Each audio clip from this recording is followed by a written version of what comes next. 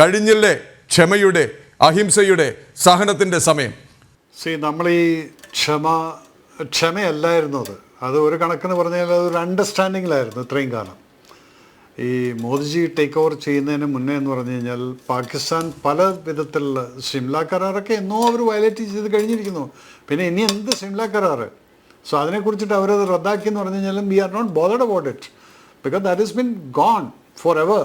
എന്നോ പോയിരിക്കുന്നു. Violation of സീസ് ഫയർ ഒക്കെ അവർ നടത്തി കഴിഞ്ഞിട്ട്. അപ്പോൾ അതെല്ലാം പറഞ്ഞ് സിംല കരാർ എന്നുള്ളൊരു സാധനം അവർ നടത്തേണ്ട ആവശ്യമില്ല. You do what ever you feel like. പിന്നെ രണ്ടാമത് ഇവിടുന്ന് ഇപ്പം നമ്മൾ ഓരോന്ന് ചെയ്യുന്നു എന്ന് പറയുമ്പോൾ ഇതിനു മുമ്പുണ്ടായിരുന്ന ഇന്ത്യ എന്നുള്ളത്, ഞാൻ പട്ടാളത്തിൽ സർവീസ് ചെയ്തിരുന്നത്, ഞാൻ 98 വരയ്ക്ക് ഞാൻ സർവീസ് ചെയ്തിട്ടുണ്ട്.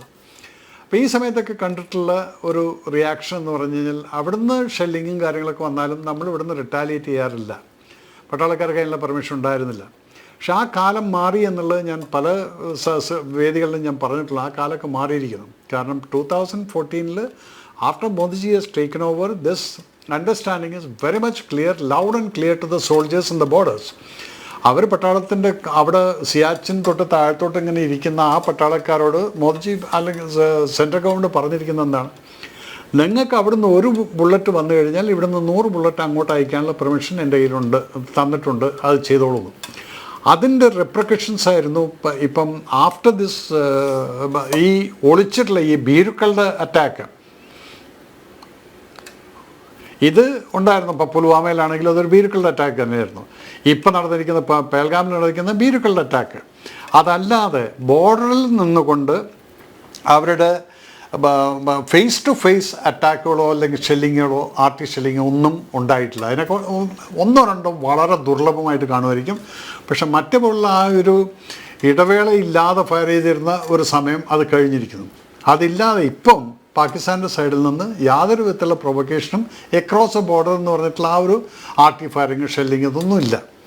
ബട്ട് അവരുടെ മിലിറ്റൻസി അതിനെ അവർ പണ്ടും കൊണ്ടു നടന്നിരുന്നു. ടിൽ 370 ആർട്ടിക്കിൾ ഉണ്ടായിരുന്നത് വരയ്ക്കും. അതുപോലെ തന്നെ 2014 ശേഷം ഇതുപോലുള്ള അറ്റാക്കുകൾ വളരെയധികം കുറഞ്ഞിരുന്നു. മിലിറ്റൻസി വാസ് റെഡ്യൂസ് ടു ഒരു ചോദിച്ചു കഴിഞ്ഞാൽ ഒരു 10%, 15% അത്രയേ ഉള്ളൂ. അതിൽ നിന്നും വളരെ കുറഞ്ഞു. ആഫ്റ്റർ ദ 370 ആർട്ടിക്കിൾ അങ്ങ് അബോളിഷ് ചെയ്തതിന് ശേഷം ജനങ്ങൾ റിയലൈസ് ചെയ്യാൻ തുടങ്ങി ഇത് ഞങ്ങൾക്ക് വേണ്ടിയിട്ടാണ് സെൻട്രൽ ഗവൺമെൻറ് ചെയ്തിരിക്കുന്നത് എന്നുള്ളത്. പക്ഷെ അത് ആവുന്നതിന് മുന്നേ എല്ലാവരെയും തെറ്റിദ്ധരിപ്പിച്ച് വെച്ചിട്ടുണ്ടായിരുന്നു. ലോക്കൽസിൻ്റെ അടുത്ത് ചോദിച്ചു കഴിഞ്ഞാൽ പറയും, നൈ സർ ഫിർ ഹം ഇധർ തോ ജമീൻ ഖരീദ് നഹീ പായേഗാ, आप लोग आके यहाँ घर बसाएंगे, फिर हम कहाँ जाएंगे, ഇങ്ങനെയുള്ള അണ്ടർസ്റ്റാൻഡിങ്. കാരണം ഞങ്ങളിവിടെ നിങ്ങൾ ഈ 370 എടുത്തു കളഞ്ഞ് കഴിഞ്ഞാൽ നിങ്ങൾക്ക് ഇന്ത്യയിലുള്ള പല ആളുകൾക്കും അപ്പുറത്തുള്ള ജമ്മു കാശ്മീരിന് വെളിയിലുള്ള പലർക്കും ഇവിടെ വന്ന് വീട് വാങ്ങിക്കാൻ പറ്റും, സ്ഥലം വാങ്ങിക്കാൻ പറ്റും. അപ്പം ഞങ്ങളൊക്കെ എവിടെ പോകുന്നുള്ളത്.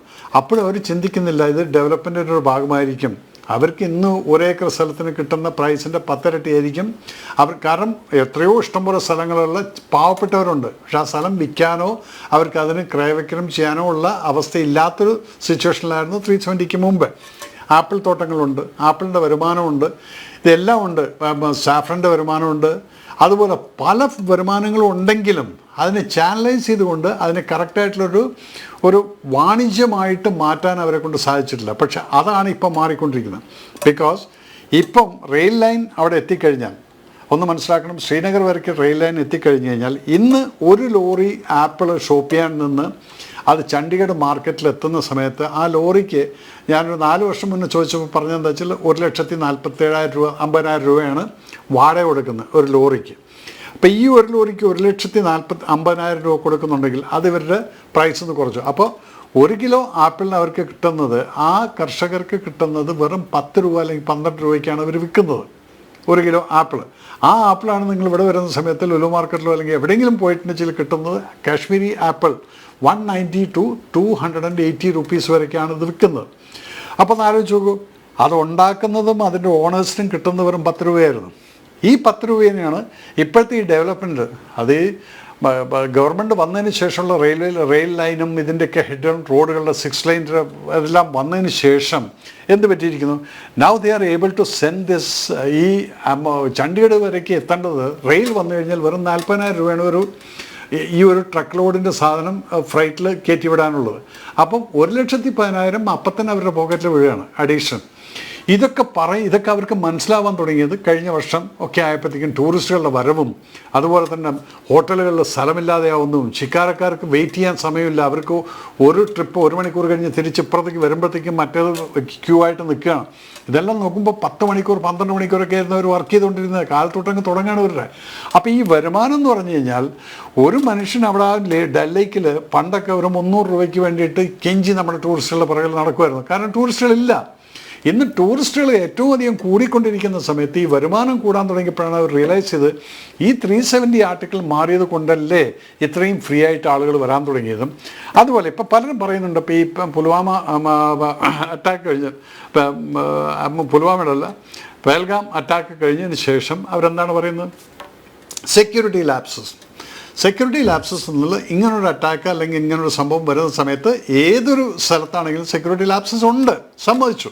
പക്ഷേ ഈ സെക്യൂരിറ്റി ലാപ്സസ് കൊണ്ട് മാത്രമാണെന്നുള്ളത് പറയരുത്. സെക്യൂരിറ്റി ലാപ്സസ് എന്ന് പറയുന്നത് എന്താണ്? ഇപ്പോൾ ഈ സെക്യൂരിറ്റി ലാപ്സസ് പണ്ട് നിങ്ങൾ കാശ്മീരിൽ പോയിരുന്ന സമയത്ത് 370 മുമ്പേ എന്തെങ്കിലും ഒരു ലോക്കലായിട്ടുള്ളൊരു സംഭവം നടന്നു കഴിഞ്ഞാൽ അവിടെ ഹർത്താലും കല്ലേറും കാര്യങ്ങളൊക്കെ നടന്നിരുന്നു. ഇന്ന് ഈ പേൽഗാമിൻ്റെ സംഭവം നടന്നതിന് ശേഷം അവിടെ ഒരു ഹർത്താൽ നടന്നിട്ടില്ല. കാരണം locals were not agitated. Locals were fully in support with the government and they were mourning with the tourists. ആ മരിച്ചുപോയവരുടെ ആത്മാക്കൾക്ക് വേണ്ടിയും അവർക്ക് വേണ്ടിയിട്ടും അവർ അഹോരാത്രം കിടന്ന് പണിയെടുക്കുകയായിരുന്നു. അവർ തന്നെത്താൻ കടകളെല്ലാം അടച്ചുകൊണ്ട് ആ കടകളുടെ മുന്നിരുന്നുകൊണ്ട് അവർ ദുഃഖം ആചരിക്കുമായിരുന്നു. അല്ലാതെ അതിനെ വയലൻ്റ് ആയിട്ടോ അതിനെ സന്തോഷമായിട്ട് ആഘോഷിക്കുകയല്ല ചെയ്ത്. അവിടെ ഇന്ത്യൻ നാഷണൽ ഫ്ലാഗും പിടിച്ചുകൊണ്ടായിരുന്നു കാശ്മീരീസ് പുറത്തിറങ്ങിയത്. ഇനി മേലിൽ ഇതുപോലുള്ള സംഭവങ്ങൾ ഉണ്ടാവാൻ പാടില്ല, പാകിസ്ഥാൻ മുർദാബാദ് എന്ന് വിളിക്കുന്നത് കാശ്മീരിൽ കേട്ടതാണ്. അപ്പോൾ അതിൻ്റെ അർത്ഥം എന്താണ്? ലോക്കൽസ് ഇനിമേലിൽ ഇതുപോലുള്ള മിലിറ്റൻസിനെ സപ്പോർട്ട് ചെയ്യില്ല എന്നുള്ളത് മനസ്സിലായി കഴിഞ്ഞിരിക്കും. അതെന്തുകൊണ്ടത്? ഇവിടെ സ്ട്രോങ് ആയിട്ടുള്ളൊരു ഗവൺമെൻറ് നിൽക്കുന്നതും നിങ്ങൾ ഇങ്ങോട്ട് അടിച്ചു കഴിഞ്ഞാൽ ഞങ്ങൾ തിരിച്ചടിക്കും എന്നുള്ളത് ഏത് രാജ്യത്തെന്ത് വേണം? അല്ല, നിങ്ങളെ അടിച്ചു കഴിഞ്ഞാൽ നിങ്ങൾ കൊണ്ടുകൊണ്ടിരിക്കുക എന്ന് പറഞ്ഞു കഴിഞ്ഞാൽ നിങ്ങളുടെ രാജ്യത്തിൻ്റെ അഭിമാനം എവിടെ പോയി? അപ്പോൾ അതിന് അങ്ങനെയുള്ള ശക്തരായിട്ടുള്ളവർ വേണം. കാരണം അത് എപ്പോഴാണ് ചെയ്യാൻ പറ്റുക?